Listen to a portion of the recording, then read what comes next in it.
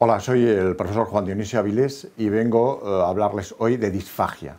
La disfagia es un trastorno de la deglución, es una alteración y una dificultad en la deglución y en el paso de los alimentos desde la boca hasta el estómago. La disfagia esofágica es menos prevalente que la disfagia orofaringea funcional, que se trata de un trastorno en la motilidad orofaringea que afecta a distintas fases. En primer lugar, a la propulsión del bolo alimenticio. En segundo lugar, necesitamos una reconfiguración orofaringea. Y en tercer lugar, se tiene que producir una apertura del esfínter esofágico superior. Es una enfermedad que está catalogada como enfermedad médica en el CIE-10, en la codificación de enfermedades médicas, con el 787.2. Y tiene una alta prevalencia en población geriátrica, 4 de cada 10 mayores en población geriátrica general sufren un problema de disfagia, en algunos casos que no es evidente, 8 de cada 10 que sufren enfermedades neurodegenerativas, Parkinson, enfermedad de Alzheimer, y 4 de cada 10 en el caso de ACV, en el caso de ictus, pueden en algún momento sufrir una disfagia orofaringea. Es un trastorno, un gran síndrome geriátrico que necesita una coordinación de especialidades médicas, una coordinación entre geriatría, cirugía, aparato digestivo, anestesia, neurología, medicina interna, rehabilitación y una coordinación, por supuesto, con otros profesionales de ciencias de la salud como enfermeros, como fisioterapeutas, como terapeutas ocupacionales, logopedas, nutricionistas. En la disfagia orofaringea se produce una alteración en la seguridad. Por un lado, esa alteración en la seguridad se manifiesta, es responsable de la aparición de una neumonía aspirativa y se manifiesta con una serie de síntomas, de signos clínicos, tos, cambios en el tono de la voz, desaturación de la oxihemoglobina. Y por otro lado, la disfagia es un trastorno en la eficacia, responsable de una desnutrición y de una deshidratación. Y se manifiesta esta alteración en la eficacia con dificultad en la cierre del sello labial, residuo oral, deglución fraccionada, residuo faríngeo.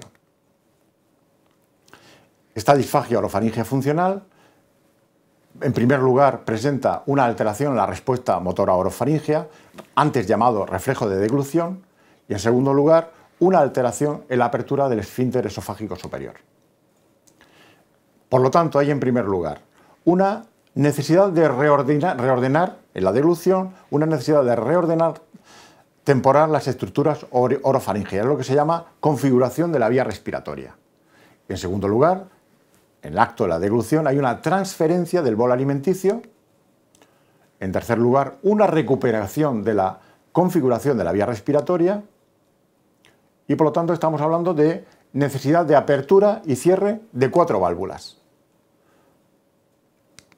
Por un lado, el sello glosopalatino, el sello velopalatino, el vestíbulo laríngeo y, otra vez, una necesidad de apertura del esfínter esofágico superior. Esta alteración de la apertura del esfínter esofágico superior, que nos muestra esta videofluoroscopia con tiempos de apertura de las distintas fases de la deglución, es responsable de una patología prevalente en geriatría, en medicina, que es el divertículo de Zenkel. ¿Cómo hacemos el diagnóstico de la disfagia orofaringea? Pues necesitamos una técnica gold estándar, como es la videofluoroscopia, en la que administramos un contraste, normalmente administramos gastrografín, y que eso nos permite conocer si existe una penetración y una posterior aspiración a la vía respiratoria. O bien hacemos una fibroscopia, otra de las pruebas gold estándar de la disfagia orofaringea, en la que hacemos una fibroscopia que nos permite ver la laringe, el cierre de las cuerdas vocales, los recesos piriformes, las valéculas, y nos permite saber si hay una penetración y una posterior aspiración. La manometría es otra técnica más de investigación que nos permite conocer esta dificultad para la deglución y, por supuesto, el test clínico, que es el método de exploración clínica volumen-viscosidad, el MEC-VV, de forma que, utilizando distintas texturas y distintos volúmenes, somos capaces de diagnosticar la disfagia orofaríngea cuando no es evidente de forma clínica. El tratamiento es un tratamiento que incluye distintas facetas. Por un lado, necesitamos unas normas generales de valoración del nivel de conciencia del paciente, una postura del cabecero lo más cerca posible de los 90 grados, una postura con la cabeza alineada y con ligera flexión del mentón, boca limpia, evitar grumos y tropezones en los líquidos, espesar de forma homogénea líquidos, máximo 10 centímetros por deglución, máximo 150 centímetros por toma, 7 u 8 tomas diarias y tener siempre operativo el aspirador. Tratamiento postural, buscando sobre todo la flexión de la cabeza, aunque en algunos casos precisa la hiperextensión, utilizando también un tipo de vasos que nos permiten no tener que forzar demasiado la hiperextensión, la modificación de textura, recordando los trabajos del equipo canadiense de la doctora Teresa Dufresne, en la que modifica una serie de texturas, hace apetecibles los alimentos, presenta los alimentos con una textura, con unos colores, con unos sabores agradables, de forma que sea agradable a la persona que lo come. Las distintas modificaciones, textura pudding, textura jarabe y textura agua. Esta es la presentación que comentábamos antes de la doctora Teresa Dufresne.